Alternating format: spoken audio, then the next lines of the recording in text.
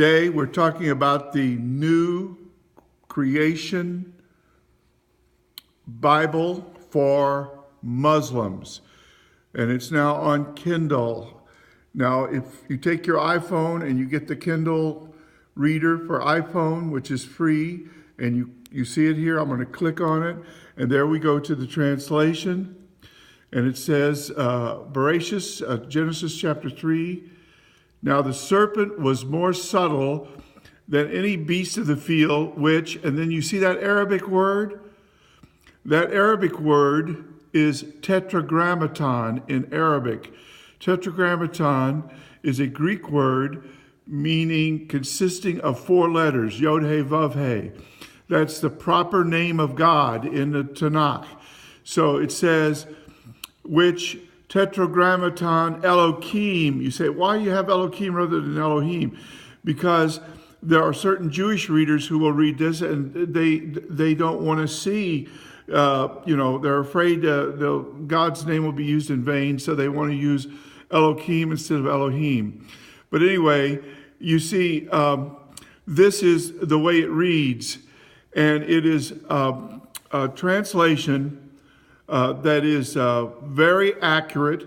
It's on the Bible Hub website, biblehub.com/NCMFB, I believe, something like that.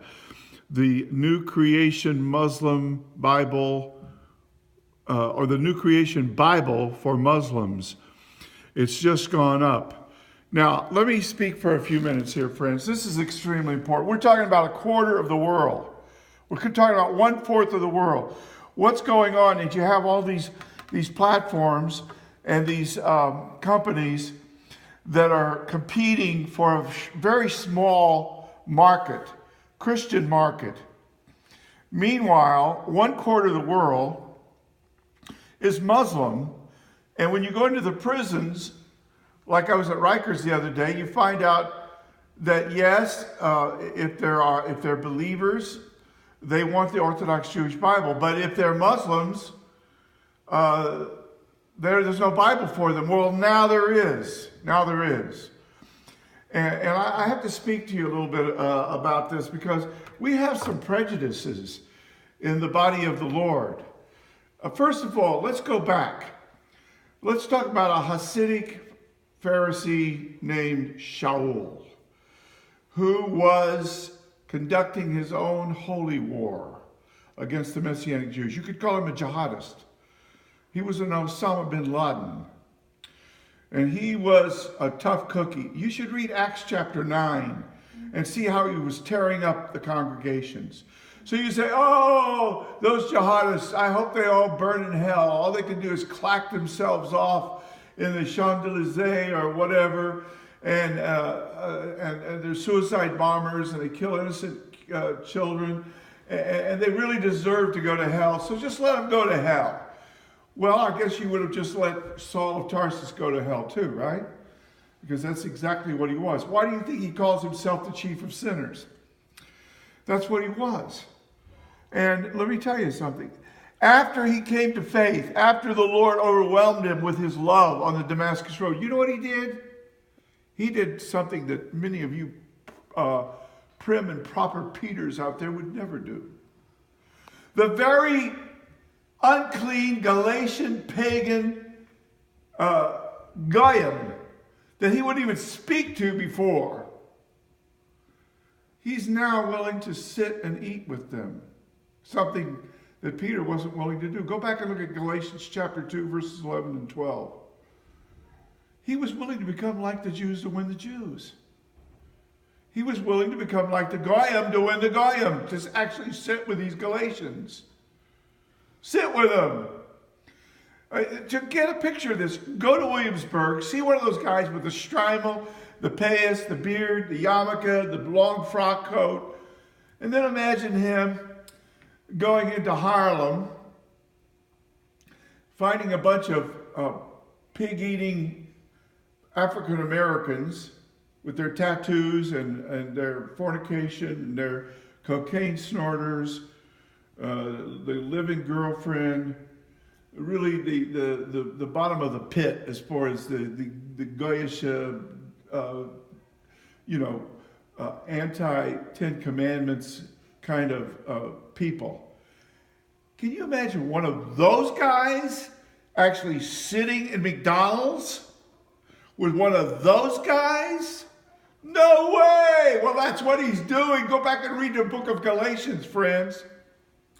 And some of you say, oh, Allah, we can't use that word. That's blasphemous. Allah is blasphemous. Look.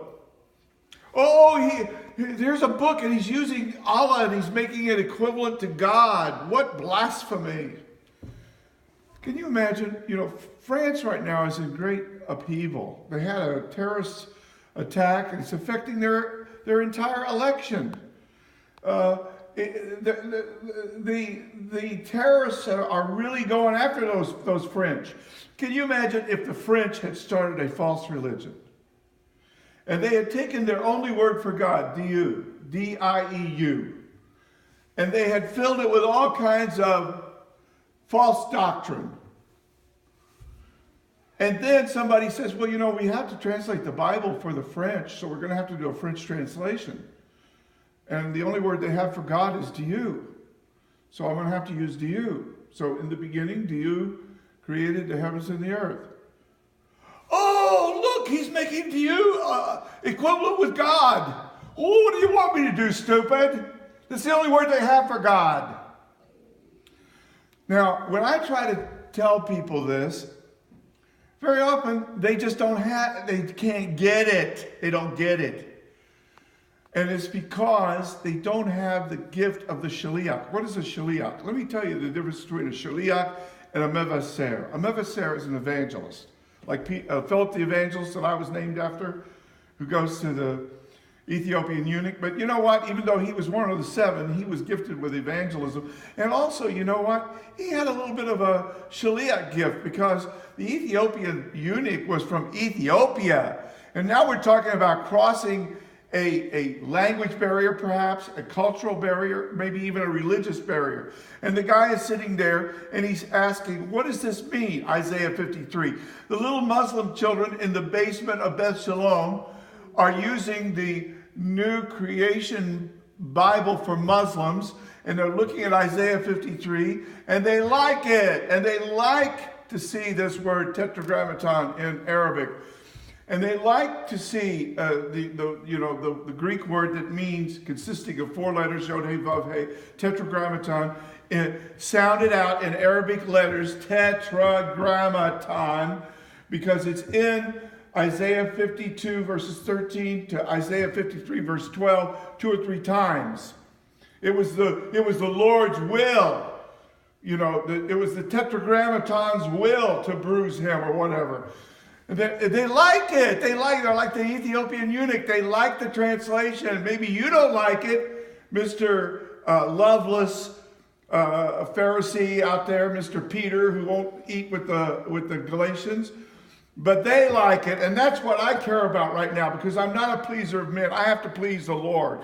And he is concerned about 1/4 of the world. We're talking about 1 out of every 4 people walking down the street is Muslim. We're talking about the prison system of America, which is really a Muslim madrasa, because every person who commits a felony, burglary or armed assault or whatever, they go into the prison. Guess what? The imam is waiting for them to convert them into Islam. And that's exactly what happens.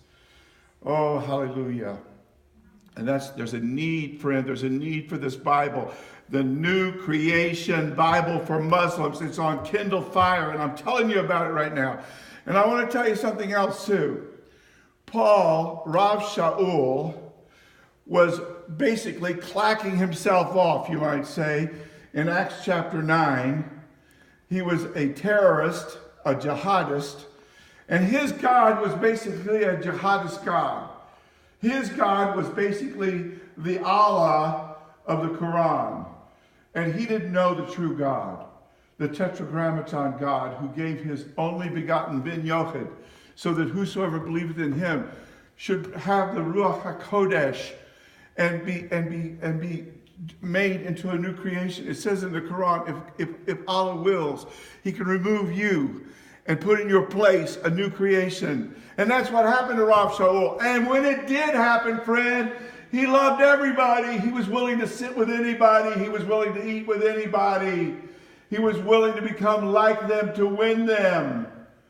Look, if I go to Texas, I'm going to wear a cowboy hat when I preach to those good old boys down there in their pickup trucks with